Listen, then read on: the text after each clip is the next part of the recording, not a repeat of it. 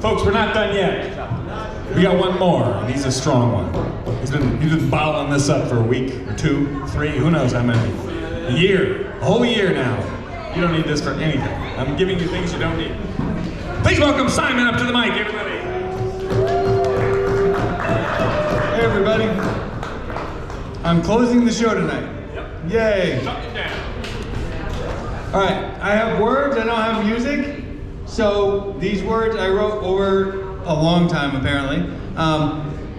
So this first one I wrote, I'm a teacher at Sound School right now. I taught at Hill House for 10 years, and between those two, I worked downtown as the head of high school English for the town of New Haven. So I wrote this during one of the meetings the supervisors had. It was around 2016 when I wrote this.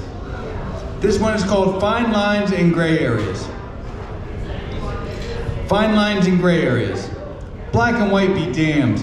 Jammed up in ambiguity. Stand up like comedy. Stand up like protest.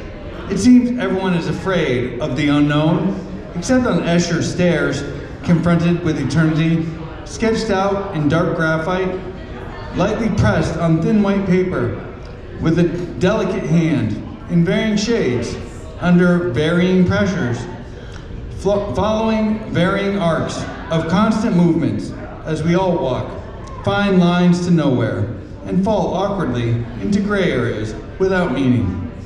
Fine lines and gray areas. Thank you.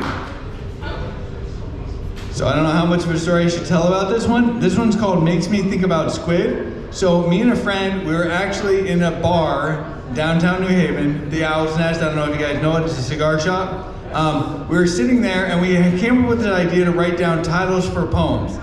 So we each wrote down like 10 on pieces of paper, we shuffled them and we each drew one. So we wrote poems from titles. Usually I write the poem first, the title comes after. This one, I had the title before I wrote the poem.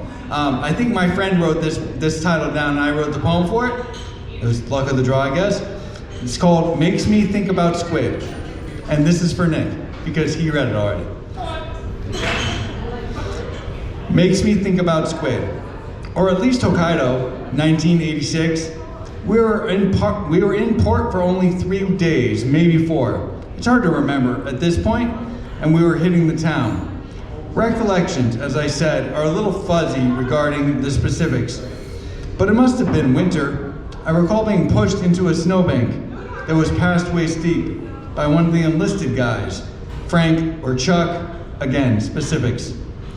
The busy section of town consisted of a row of a dozen or so fishmongers, hawking every sea creature imaginable, fresh or live, and ready to be cleaned and cooked. We weren't buying, just passing through, and seeing in what we can barely remember now.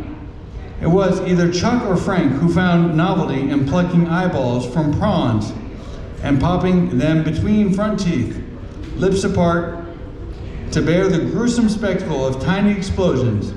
I wasn't entertained, but I pretended. Makes me think about Squid.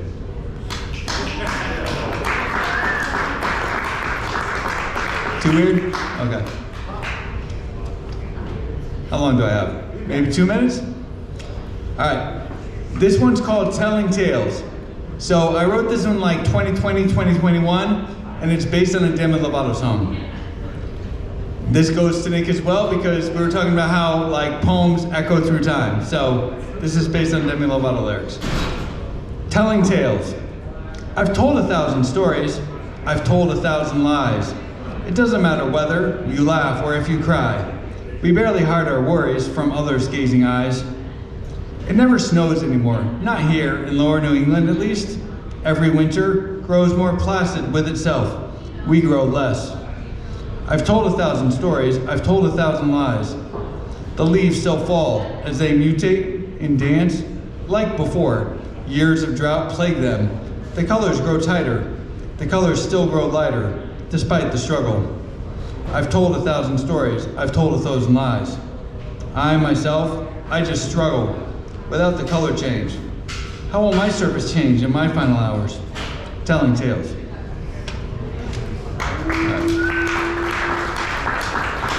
All right. This is a short one, so I'm going to read this in my last poem. This one's called End. I wrote this on November 31st because it was the end of the month. So this is a very recent poem. Is it still recent? Yeah. This is called End. When time makes a difference, the end is near. If we work off inference, the end is here. Either way matters as much as it doesn't. It is only the time that is ending, echoing remnants of the main scale, echoing an escape without fail. It's another coffin in the nail, whether we remain or fly off the rail. In a world built of indifference, the end is where we start over from the ground up. End. Thanks, guys.